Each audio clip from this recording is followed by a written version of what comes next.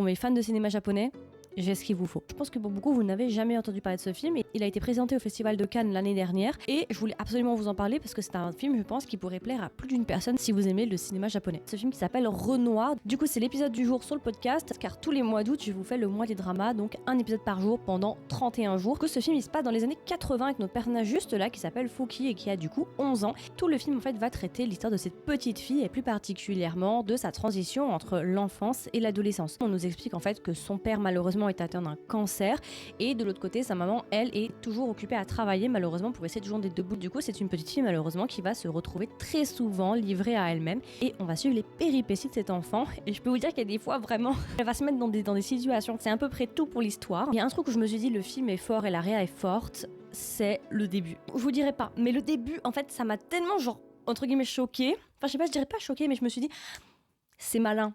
C'est smart, ok je continue. Vous verrez, le début pour moi il est très fort. La manière de commencer c'est très fort. Bon bref, je vous en dirai pas trop. Vous voulez en savoir plus sur ce que j'ai pensé, n'hésitez pas à me rejoindre sur l'épisode. Je voulais vous en parler sur le podcast parce que je pense que c'est un film qui est extrêmement sous-coté que peu de personnes ont vu. Et je sais que dans mon audience, que ce soit sur le podcast ou que ce soit ici, il y a beaucoup de personnes qui aiment le cinéma japonais, donc je me suis dit que ça aurait été sympa de vous le recommander. Si vous avez le temps, vous avez l'occasion de le voir, n'hésitez pas à passer dessus parce qu'il est vraiment sympa. N'hésitez pas du coup à me dire en commentaire pour celles et ceux qui l'ont vu, qu'est-ce que vous en avez pensé et si vous ne l'avez pas encore vu, est-ce que vous comptez le voir? Dites-moi tout ça.